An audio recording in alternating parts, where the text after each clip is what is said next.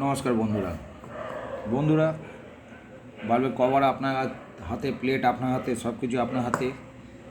আপনি বাল্বের কাজ করে নিয়েছেন, দেখছেন সার্কিট আছে, এই দেখুন একটা ড্যামেজ আছে, ঠিক আছে, রেজিস্ট্যান্স ড্যামেজ আছে, রেজিস্টার ড্যামেজ, ঠিক আছে, রেজিস্টার চেঞ্জ হয়ে যাবে, কিন্তু আপনি তো বাল্বটাকে লাগাবেন। লাগানোর পদ্ধতি বুঝুন। প্রথমে এই হোল্ডারটাকে চাপুন ভালো করে, এমনি চেপে ঢুকিয়ে দিন। তারপর কী করবেন, সরু একটা পেরেক নেবেন, এরকম একটা হাতুড়ি নেবেন, এরকম বড়। এই হাতুড়ি দিয়ে কী করবেন, দেখুন এখানে ডট ডট আছে, এখানে এই জায়গাটা বসাবেন, আস্তে আস্তে করে মাথায় প্রেসার করে 1 2 3 4 5 6 এমনি করতে করতে পুরো বাল্বটাকে পেরেক দিয়ে ঠুকতে থাকুন। এই জায়গাটা ঠুকে ঠুকে দেখবেন এটা টাইট হয়ে গেছে, টেনে দেখবেন যে ঢিলা নেই, তখন বুঝবেন এটা আপনার টাইট হয়ে গেল হোল্ডারটা, ঠিক আছে। এমনিভাবে হোল্ডার লাগায়। আমার ভিডিওতে আপনারা সব কিছুই পাবেন বন্ধুরা, একটা বাল্ব কভার থেকে শুরু করে আপনার A to Z আমার কাজ হয়। যে কোনো বাল্বের কভার ড্যামেজ, তারপর এই দেখুন বৃষ্টিতে ড্যামেজ হয়েছে, কেমন করে আমি কাজ করি এগুলো ফলো আপ রাখবেন।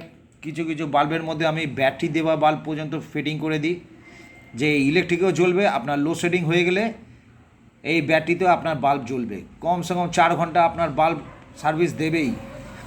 নতুন নতুন বাল্বগুলো নতুন ব্যাটারি যখন থাকে, নতুন ব্যাটারিতে সেইগুলো কমসে কম 8 ঘন্টা চার্জে আপনাকে সার্ভিস দেয়।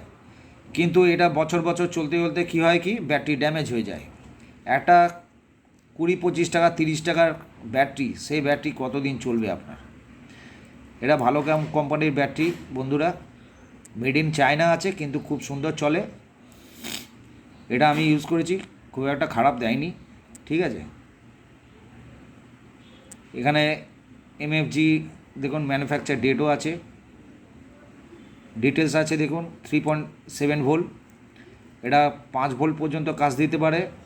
এখনকার যেগুলো দেখছেন যে মানে ব্লুটুথ সার্কিট বেরিয়েছে, সেই সব সার্কিটের মধ্যে এইসব ব্যাটারি ইউজ করা হয় সাধারণত।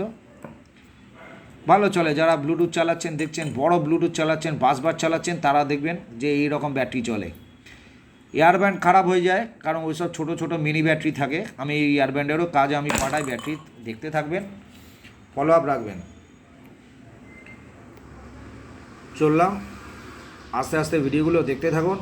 আমার নিজস্ব ওয়ার্কশপ আছে, আমি ওয়ার্কশপ থেকে ভিডিও ছেড়ে থাকি।